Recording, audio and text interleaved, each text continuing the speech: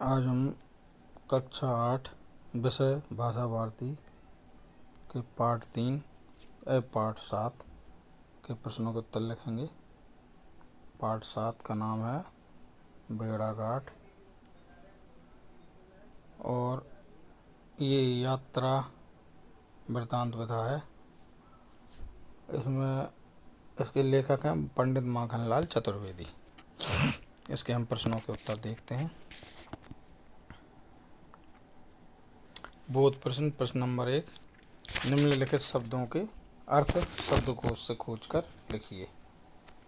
तो ये देखिए, जैसे बंदनी, बंदनी महिला कह दी, निष्काम, बिना स्वार्थ के, बिना किसी कामना के। कृष्णत्व, कालापन, श्याम रंग, घर्षण। घिसावट, रगड़, घिसना, नगण्य, तुच्छ, किसी गणना में न आने योग्य। नुस्खा, वैद्य या हकीम द्वारा रोग दूर करने के लिए लिखी गई औषधि का पर्चा। कूता, संख्या जानना, तौल आदि का अंदाजा लगाना। तरण, तिनका, कोमल घास। प्रश्न नंबर 2, निम्नलिखित प्रश्नों के उत्तर संक्षेप में लिखिए। उत्तर। प्रश्न क्रमांक 2 का भेड़ाघाट जबलपुर से कितने मील दूर है? इसका उत्तर, भेड़ाघाट जबलपुर से 13 मील दूर है। प्रश्न नंबर गौरी शंकर मंदिर किसने बनवाया था? उत्तर, गौरी शंकर मंदिर त्रिपुरी राजघराने के महाराज करणदेव की महारानी अल्हणा देवी ने संवत 1156 विक्रमी में बनवाया।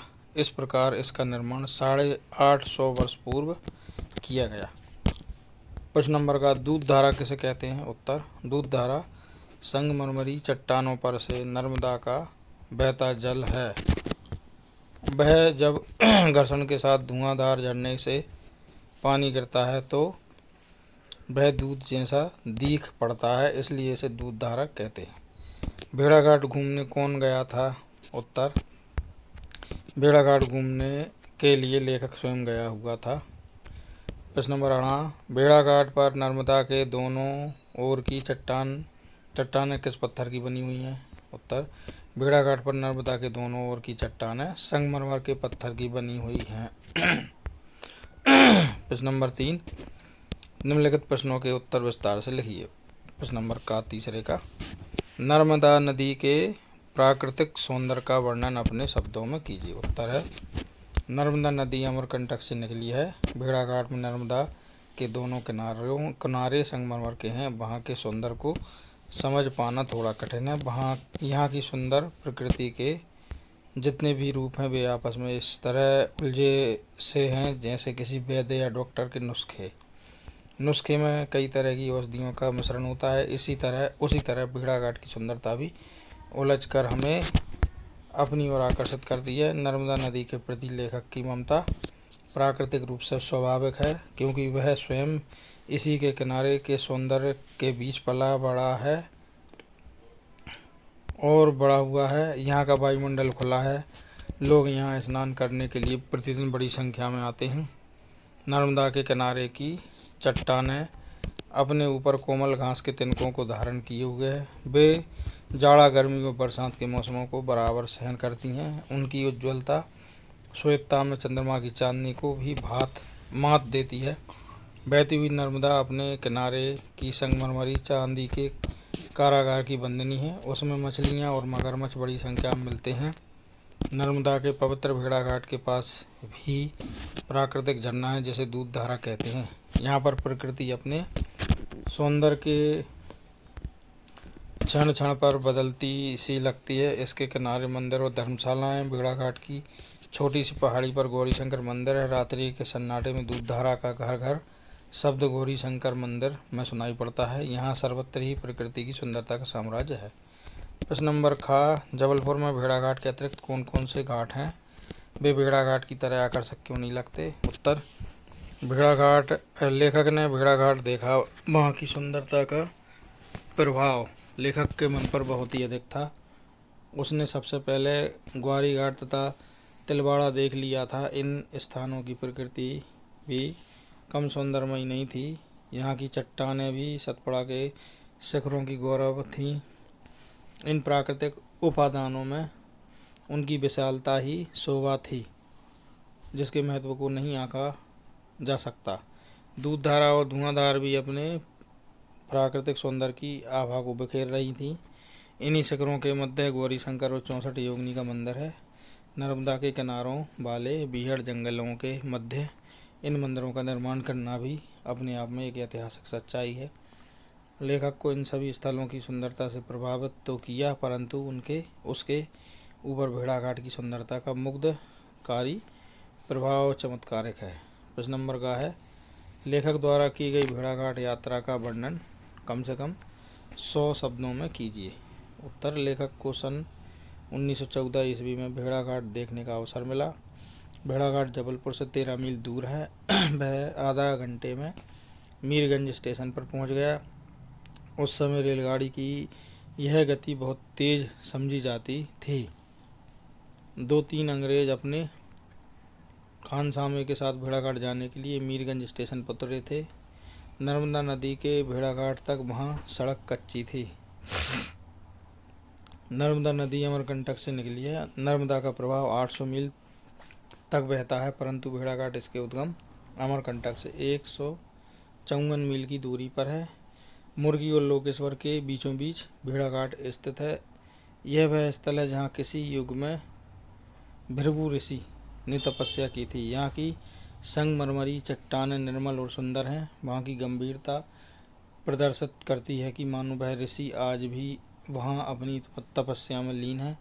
इन चट्टानों के ऊपर कोमल घास उगी हुई चंद्रमा की चांदनी में चांदी की तरह चमक उठती है और सूरज की तपश में तप उठती है।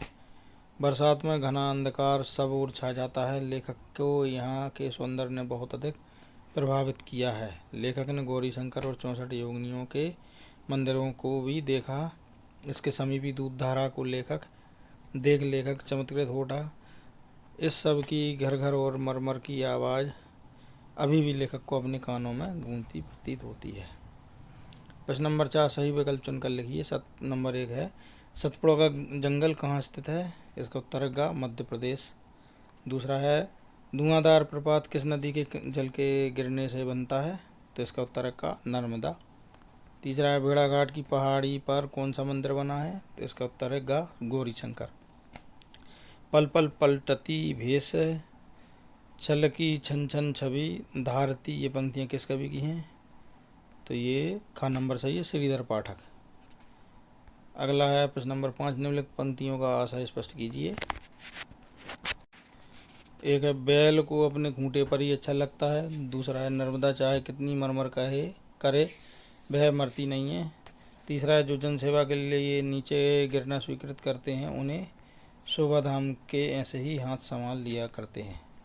तो पहले का अर्थ है, एक पुरानी कहावत है कि बैल जो अपने निश्चित स्थान पर बनता रहा हो उसे वही स्थान अच्छा लगता है।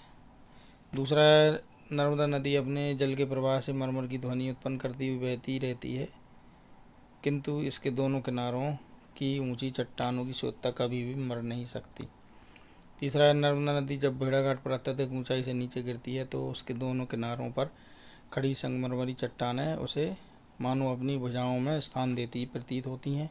इसी प्रकार जब भी कोई व्यक्ति अथवा व्यक्तिगत जन सेवार्थ जो कर अथवा नत होकर कोई कार्य संपन्न करने हेतु चल पड़ता है तो उसे समाज रूपी सुंदर एवं मजबूत हाथ अपना सहारा एवं संबल प्रदान करते हैं। अब भाषा अध्ययन है। प्रश्न नंबर 1,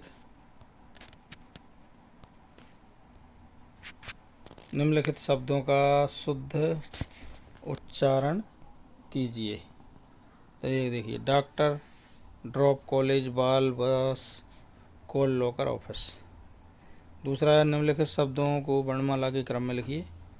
तो ये देखिए, ये शब्द हैं, इनको वर्णमाला क्रम में उत्तर देखिए। उज्ज्वलता, किनारा, खूंटा, ग्वारी, घाट, दर्शन, नर्मदा, नवरत्न, बरसात, भेड़ाघाट, मुलायम, रेती, सन्यासी। प्रश्न नंबर 3, निम्नलिखित उदाहरण के अनुरूप दिए गए शब्दों का प्रयोग एक एक वाक्य में कीजिए। देखिए उदाहरण, कालिदास, विक्रमादित्य, नवरत्न। भाग, कालिदास विक्रमादित्य की सभा के नवरत्नों में से एक थे। पहला है, नगण्य मूल्य, ईमानदारी। ईमानदारी से देखा जाए तो इन संगमरी चट्टानों की अपेक्षा चांदी का मूल्य नगण्य है। दूसरा है नर्मदा जबलपुर भेड़ाघाट प्रकृति चित्रण मनोरम। जबलपुर के समीप नर्मदा नदी के भेड़ाघाट की का प्रकृति चित्रण लेखक ने बहुत ही मनोरम शैली में किया है। तीसरा है रात पक्षी घोंसला। रात को पक्षी अपने घोंसलों में छिपकर धुआंधार के झरने की घर घर की आवाज़ सुनते हैं। प्रश्न नंबर 4, शुद्ध शब्द छांटकर सामने के खाने में लिखिए। देखिए जैसे शुद्ध शब्द जैसे पर्वत, पर्वत, पर्वत, तीनों पर्वत हैं लेकिन शुद्ध है ये पर्वत। दूसरे में ये नर्मदा शुद्ध लिखा है ना। तीसरे में श्रेणी शुद्ध लिखा है। चौथे में पूर्वी, पाँचवें में प्रपात और छठवें में पश्चिम। ये शुद्ध अलग लिखी हुई हैं, ये देख लें आप। प्रश्न नंबर 5, निम्नलिखित शब्दों के कम से कम दो अर्थ लिखकर उन्हें अपने वाक्यों में प्रयोग कीजिए। आम, काल, गति, अर्थपात। ये देखिए आम अर्थ एक फल का नाम, जनसाधारण। वाक्य प्रयोग आम फलों का राजा है। दूसरा, नेताजी ने आम सभा में भाषण दिया। दूसरा है काल, समय, मृत्यु। रामायण काल में लोग धर्मपरायण थे। दूसरा है सुनामी आने पर लोग काल कबलित हो गए। तीसरा, गति, चाल, अवस्था। रेलगाड़ी की गति तेज हो गई, उसकी गति बहुत खराब हो गई। चौथा अर्थ, भावाशय धन, उसके कथन का अर्थ समझ में नहीं आता। भारत की अर्थव्यवस्था बहुत अच्छी है। अणा, तात, पुत्र, पिता। हे पिता, हे तात मेरे लिए जल लाओ, हे तात तुम कहाँ हो।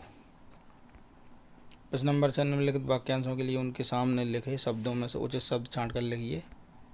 तो ये देखिए उपकार मानने वाला हो जाएगा कृतज्ञ, जो अनुकरण करने योग्य हो उसे अनुकरणीय। कम खाने वाला मिताहारी, रोगी का इलाज करने वाला चिकित्सक, जो सब कुछ जानता हो सर्वज्ञ। हाथ से लिखा हुआ हस्तलिखित, जो लोगों को प्रिय हो लोकप्रिय। इसी के साथ हमारा अध्याय पाठ 7 यहाँ पर संपन्न होता है। यदि आपको हमारा ये वीडियो अच्छा लगा तो वीडियो को लाइक करें और कमेंट सेक्शन में जाके आप अपने महत्वपूर्ण सुझाव हमें ज़रूर भेजें। इसी प्रकार के और अधिक वीडियो यदि आप देखते रहना चाहते हैं तो हमारे चैनल को सब्सक्राइब ज़रूर करें। धन्यवाद।